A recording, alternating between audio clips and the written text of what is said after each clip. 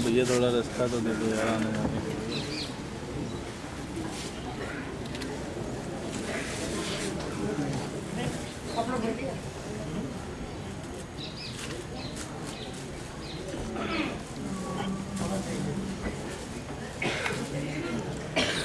विश्वं दर्पण दृश्यमान नगरी तुल्यं निजान्तर्गतं पश्यन्नात्मनिमायया बहिर्भूतया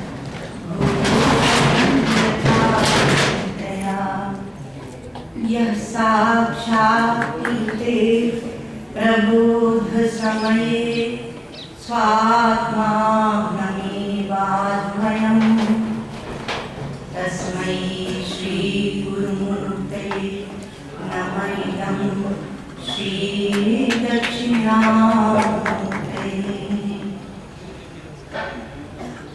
शिक्षा सर्वागमानां निखिलजनमनः पावनी का विदीक्षा दीपा सर्वात्मदृष्टिर्निरवधि करुणा किन्नु वात्सल्यदृष्टि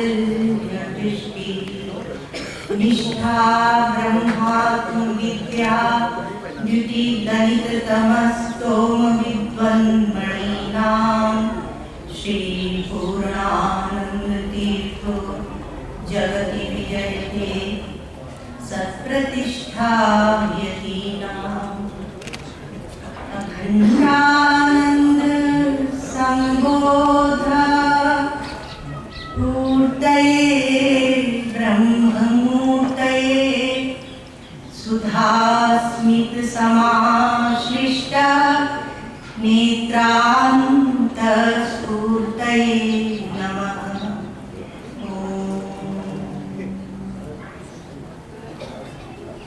परम पूज्य श्री महाराज जी के चरणों में कोटि कोटि प्रणाम। सभी संतों के चरणों में प्रणाम। महाराज श्री हमारे जीवन में विचार के रूप में अवतरित हुए हैं और विचार के रूप में ही विराज रहे हैं।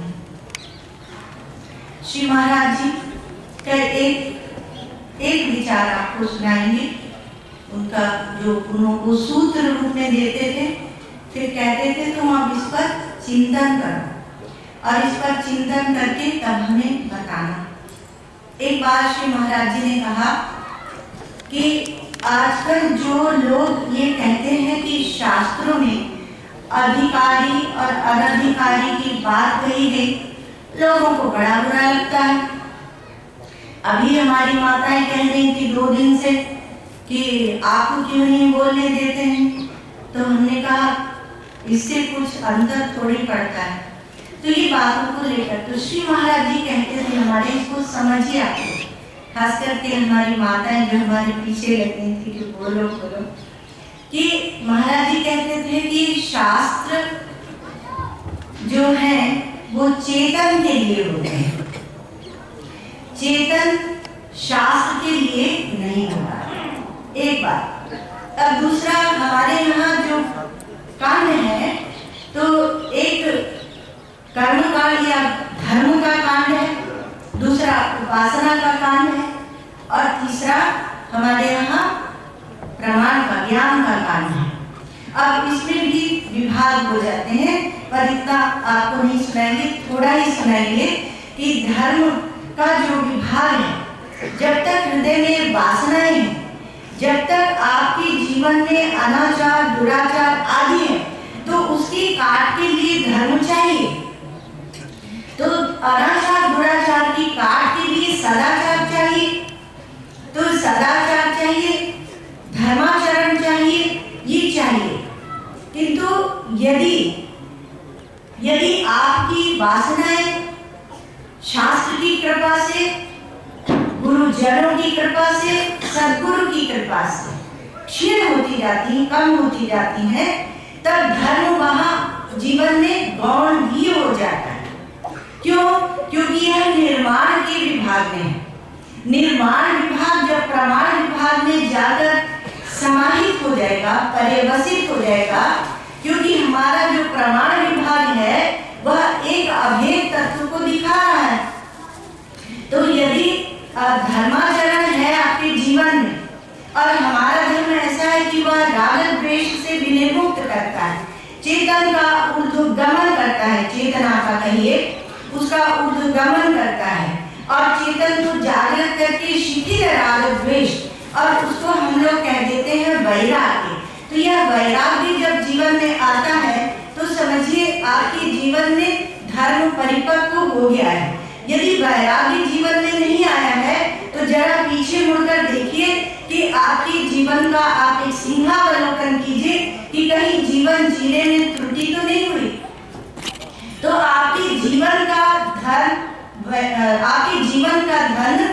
धर्म है और ज्ञान का धन वैराग्य है। यदि वैराग्य नहीं है तो ज्ञान टिकेगा नहीं।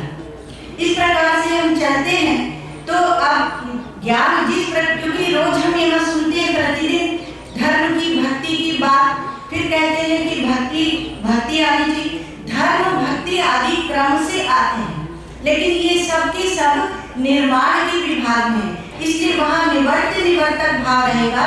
एक वस्तु को निवृत्त करेंगे, धर्म जैसे अनाचार दुराचार को निवृत्त करता है, भक्ति हमारे आसक्ति को, वासना को निवृत्त करती है, ये स्वीकृत है। किंतु इस भक्ति का भी पर्यवसान उस अभेद ज्ञान में होगा। यदि यही शास्त्रों का रहस्य है, यदि अभेद ज्ञान में नहीं होगा तो प्रमाण निर्विरोध नहीं होगा, और प्रमाण निर्विरोध चाहिए। सब में एक विरोध है, एक का विरोध करके दूसरा खड़ा हुआ है, किंतु प्रमाण निर्विरोध खड़ा हुआ है। 5 मिनट हो, अब इतना ही कहते हम आप लोग की शक्ति करें।